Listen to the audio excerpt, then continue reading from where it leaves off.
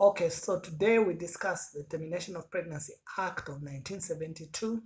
Termination of pregnancy is a thorny subject, but it's an important aspect of obstetrics and gynecology, and therefore we are going to discuss it.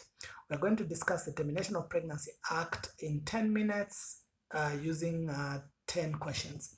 So question number one, what is termination of pregnancy? So termination of pregnancy is interruption of a pregnancy before the age of fetal viability. We know the age of fetal viability in our country is 28 weeks.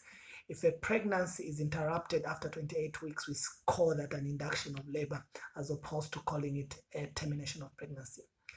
Question number two, is termination of pregnancy legal in Zambia? So termination of pregnancy has been legal in Zambia since 1972. That's why we have the Termination of Pregnancy Act of 1972. Of course, it will be legal with limitations like every other law. Question number three, what types of termination of pregnancy are legalized in Zambia? So termination of pregnancy that is legalized is medical termination of pregnancy. What practically this means is that there should be a reason written down in the file why a patient was asking for a termination. We have elective termination of pregnancy, which people sometimes define as termination of pregnancy for non-medical reasons, but it's difficult to decipher what is the medical reason and what's a non-medical reason, because health is spiritual, emotional, and physical well-being, and not merely the absence of disease. Question number four, what's the timing for a termination of pregnancy? So the timing for termination of pregnancy, as we've already described, should be below 28 weeks.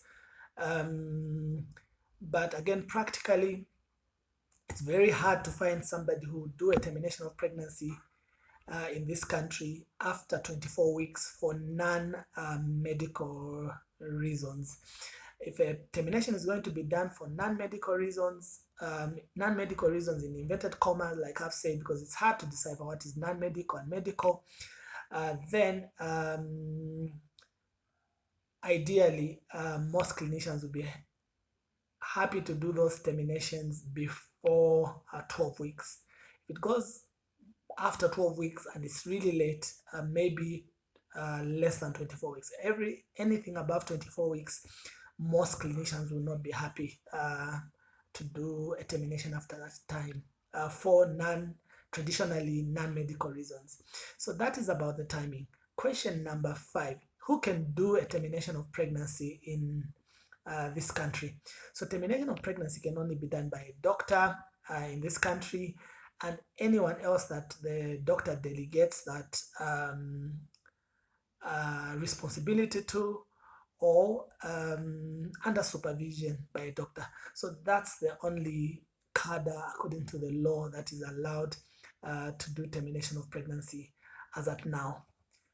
Question number six, where can termination of pregnancy be done in this country? So termination of pregnancy in this country can only be done in a hospital and any other place that is gazetted to do termination of pregnancy by the government of the Republic of Zambia.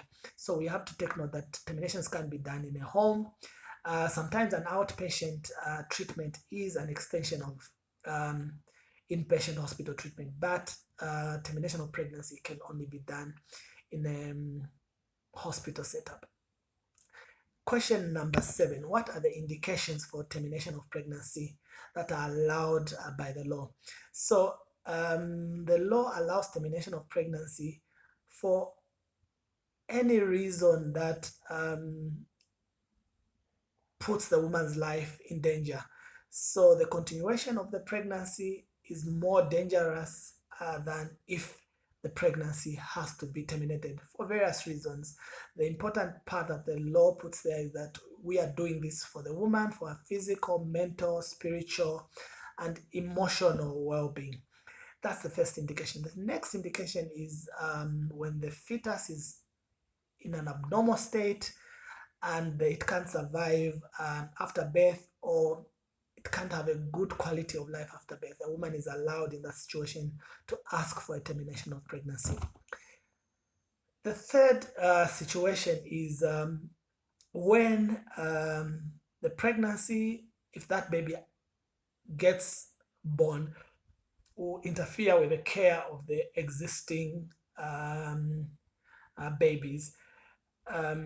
So in that situation, a woman is allowed to ask for a termination if she feels that the coming of the new baby will negatively impact the lives of the babies that are already existing. And lastly, termination of pregnancy can be done